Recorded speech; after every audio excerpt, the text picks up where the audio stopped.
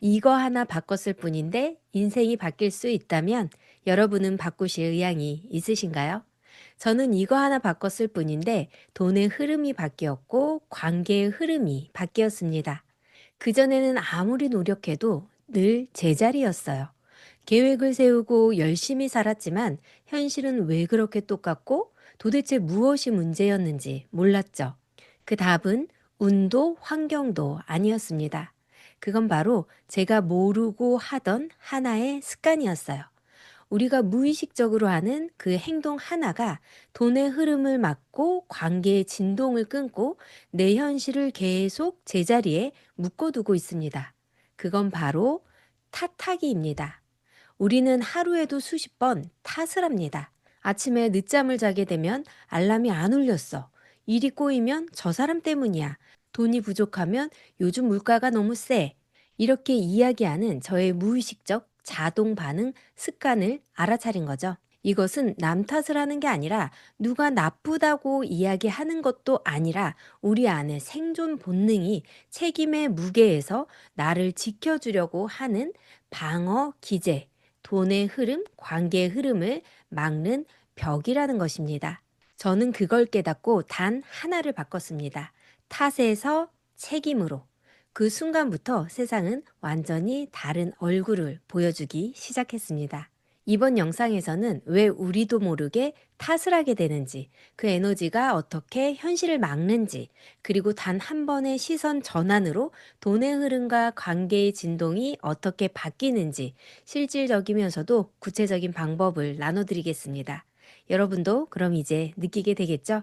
이거 하나 바꿨을 뿐인데 정말로 인생이 달라질 수 있다는 것을 경험하게 되실 겁니다. 저는 한때 이렇게 믿었습니다. 나는 남 탓 안 해. 나는 긍정적인 사람이야. 그저 상황이 나빴을 뿐이야. 그 상황에서 좋게 생각하려고 해. 하지만 어느 날 마음 깊은 곳에서 이런 속삭임이 들렸죠. 이러다 나이만 먹으면서 세월이 흘러가는 거 아니야? 왜 나는 일이 늘 막히는 것 같지? 라고 생각을 하고 있었습니다. 그러던 어느 날 남 탓은 큰 소리로 화내는 모습만이 아니라 상황 탓, 나의 운 탓, 타인 탓, 구조 탓처럼 속으로 책임이라는 초점보다 환경의 문제라는 초점에 맞추고 살았다는 것을 알게 되었죠. 그걸 인정한 후에 저는 결심했습니다. 앞으로 내 인생의 모든 결과는 내가 선택한다. 나는 좋은 상황으로 이끌 수 있는 선택에 힘이 있다. 내 선택에 대한 책임은 온전히 나의 몫이다. 이 결심 이후로 막히던 일이 조금씩 움직이기 시작했습니다. 돈도 관계도 예상하지 못한 경로로 좋은 방향으로 흘러가기 시작했죠. 여러분께서 만약 이런 생각을 하신 적이 있다면 열심히 일하고 계획을 세우고 절약도 하는데 통장은 늘 그대로이거나 예상하지 못한 돈이 빠져나가는 경우가 더 많으신 분들, 다른 사람들은 잘 되는 것 같은데 나만 제자리인 것 같이 느껴지시는 분들, 그런 분들은 영상을 끝까지 시청하시면서 명확한 방법을 찾고 그 안에서 여러분의 삶을 찾아가시길 바라겠습니다. 그러기 위해선 여러분도 모르게 이 행동, 탓하기를 하고 있는 자신이 있다는 것을 우선 인정하셔야겠죠. 우리는 남 탓을 다른 사람을 비난하는 것이라고 생각합니다. 하지만 진짜 남 탓은 더 교묘해요. 요즘 시장이 너무 어려워서, 시간이 없어서 준비 못했어. 긍정적으로 말을 하는 것 같지만 이건 겉으론 합리적이지만 무의식은 이렇게 받아들입니다. 나는 통제할 수 없어. 그 한마디가 운의 흐름을 막는 가장 강력한 주문이 됩니다. 탓을 만드는 무의식의 정체 세 가지로 나눠서 설명드려 보겠습니다. 남 탓은 성격 문제가 아니라 무의식의 해석 습관 문제입니다. 첫 번째는 보호 본능, 내 탓이 아니야. 우리는 실패나 상처가 너무 아프기 때문에 본능적으로 스스로를 지키려고 합니다. 그래서 무의식은 이렇게 말하죠. 내 탓이 아니야. 저 사람 때문이야. 저 사람이 저렇게 해서 내가 이렇게 반응하는 거야. 그 말은 잠시 마음을 가볍게 만들어 주지만 그 순간 창조력의 방향이 길을 잃고 나의 창조성을 막게 되는 것입니다. 내가 바꿀 수 있는 힘을 세상 밖으로 어딘가 넘겨버리는 것이죠. 두 번째로는 학습된 무력감입니다. 어차피 안 돼 라고 생각하게 되는 거죠. 살다 보면 여러 번의 좌절을 누구나 겪습니다. 그때마다 우리는 조금씩 무의식에 이렇게 심고 있습니다. 내가 뭘 해도 소용이 없겠구나. 이 신념이 무의식에 깊이 자리 잡게 되면 어떤 상황에서도 행동이 멈춥니다. 머리로는 해야지 하지만 몸과 마음이 움직이지 않습니다. 그건 게으른 것이 아니라 안 해도 돼, 해도 소용이 없어 라는 내면의 생존 반응이기 때문에 그 생존 반응을 또 외부에서 탓을 찾게 되는 것입니다. 세 번째로는 보이지 않는 이득. 그래도 내 마음은 편해야 되기 때문에 남 탓을 하면 당장은 편합니다. 내 잘못이 아니야. 그 한마디가 잠깐의 심리적 휴식을 주는 거죠. 하지만 그 대가로 우리는 주도권을 잃습니다. 내 인생의 운전대를 잠시 놓아버리는 거죠. 편안함이라는 단기 이익을 얻는 것이고 창조력이라는 장기 자산을 잃어버리는 셈이죠. 핵심 진실은 바로 이것입니다. 남 탓은 나를 보호하는 척 하지만 그 순간 내 손에서 현실의 핸들이 빠져나갑니다. 현실에서 장애물이 생기면 우리는 왜 더 남 탓을 하게 될까요? 현실에 예기치 못한 장애물 앞에서 무의식은 즉시 의미를 부여하려고 합니다. 예를 들어서 내가 일을 하면서 클라이언트가 갑자기 취소를 하게 됐을 때, 그래, 시장이 나빠서 그럴 수 있어. 프로젝트가 지연이 됐을 때, 저 동료가 무능해서 그래. 그리고 우리의 매출이 떨어졌을 때, 플랫폼 알고리즘, 광고를 제대로 못 타서 그래. 이때 우리의 뇌는 고통을 줄이기 위해 빠른 원인을 찾아내기 시작하는 거죠. 문제는 이 빠른 해석이 곧 남 탓 회로를 강화한다는 것입니다. 그럼 이번에는 남 탓이 왜 돈의 흐름을 막는지 한번 알아보겠습니다. 돈의 흐름은 숫자가 아니죠. 그건 에너지의 순환이에요. 내가 세상에 내어준 에너지, 그리고 세상이 나에게 돌려주는 에너지. 그게 바로 돈의 흐름입니다. 그런데 이 흐름이 멈출 때가 있어요. 아무리 일하고 기도하고 상상해도 이상하게 막힌 느낌이 들 때, 그때 우리는 흔히 이렇게 말하죠. 경기가 안 좋아서, 사람들이 돈을 안 써서, 내가 월급이 작아서, 타이밍이 안 맞아서. 하지만 그때 막히는 건 현실의 돈이 아니라 내 안에 순환이 막혔다는 것입니다.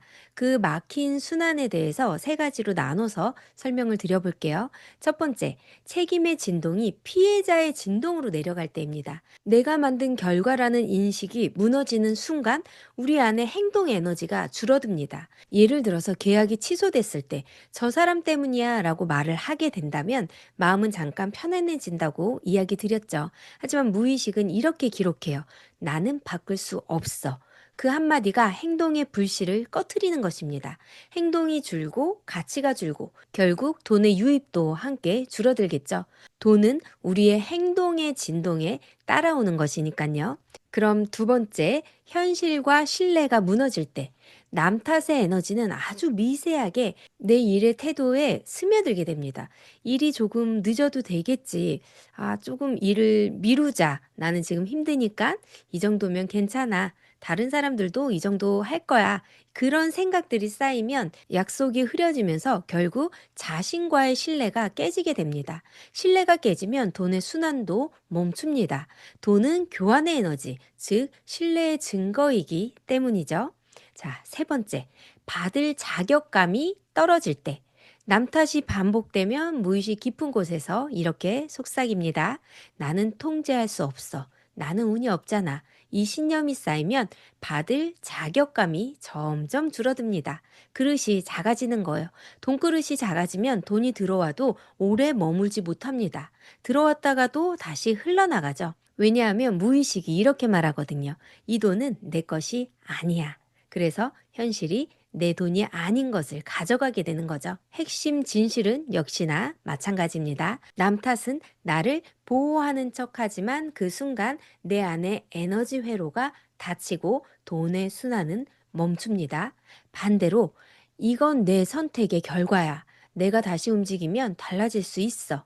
이 한 문장을 선언하는 순간 닫혀있던 순환이 다시 흐르기 시작합니다. 기회가 생기고 사람이 다가오고 돈이 돌기 시작하죠. 돈의 흐름은 행운이 아닙니다. 진동입니다. 우리의 말, 감정, 행동이 그 진동의 중심을 만드는 것입니다. 이제 내가 얼마나 남 탓을 하고 살았는지 함께 점검해 보겠습니다. 그리고 그 무의식의 패턴을 어떻게 바꿔서 남 탓의 에너지를 창조의 에너지로 전환시킬 수 있는지 알아보겠습니다. 이 테스트는 의지를 비난하는 것이 아니라 우리의 무의식이 어떤 신호를 보내고 있는지 나의 의식을 살펴보는 시간입니다. 나는 남 탓을 하지 않아. 무의식의 착각에서 벗어나서 지금 나는 얼마나 남 탓을 하고 있는지 마음속으로 조용히 체크해 보세요. 다음 항목 중 몇 가지가 해당되는지요.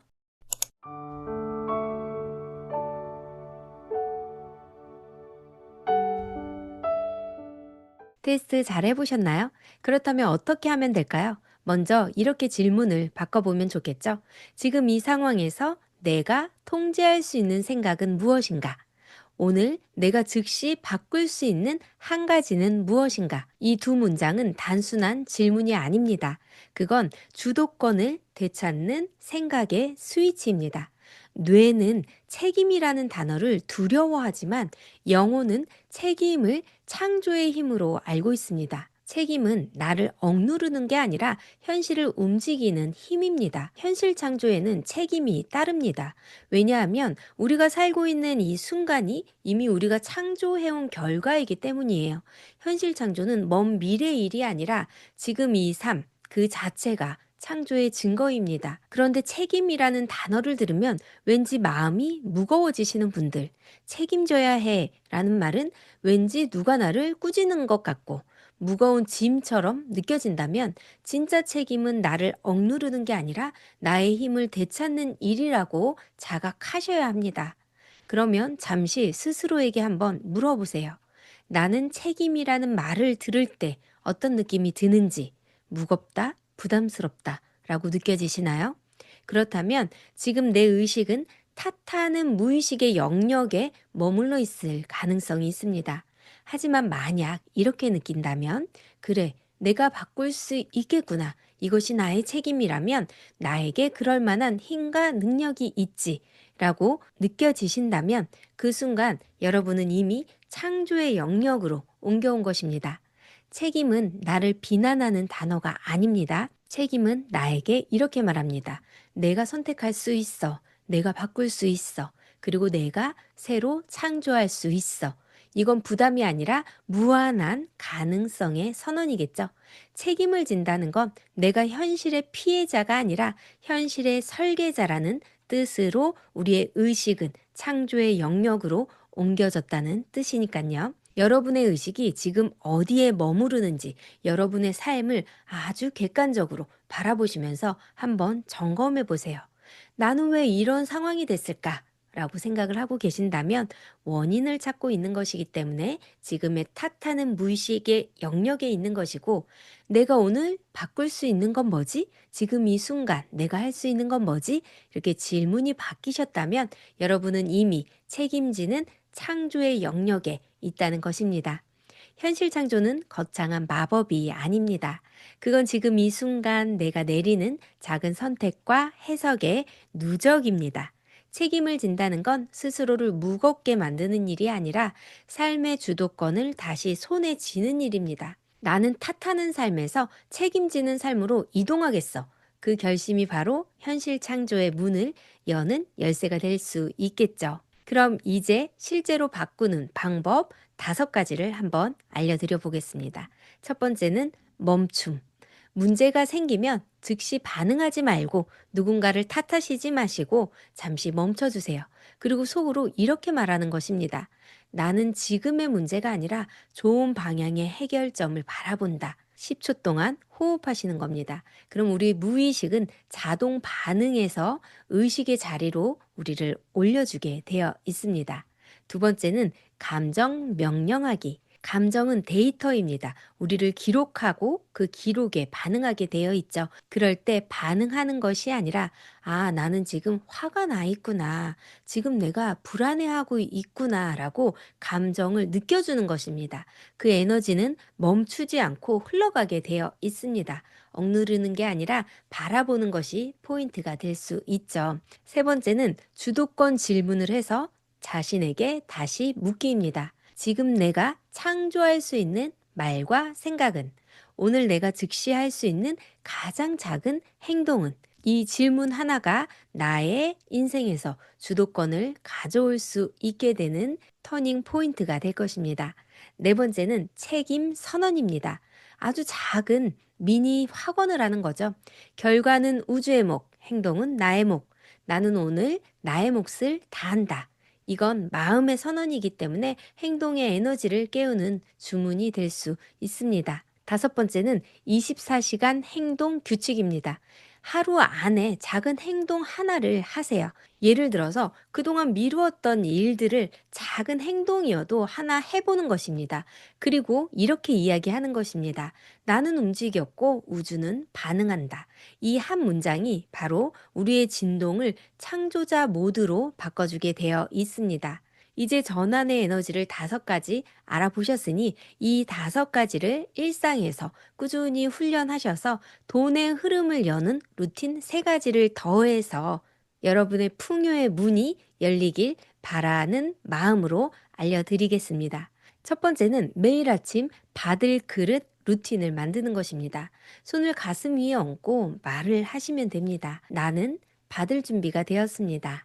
나는 가치와 신뢰를 만들고 기쁘게 받아들입니다. 받을 그릇은 능력이 아니라 진동입니다. 받을 준비가 된 마음의 진동이 능력을 만들 수 있도록 우주가 안내해 줍니다.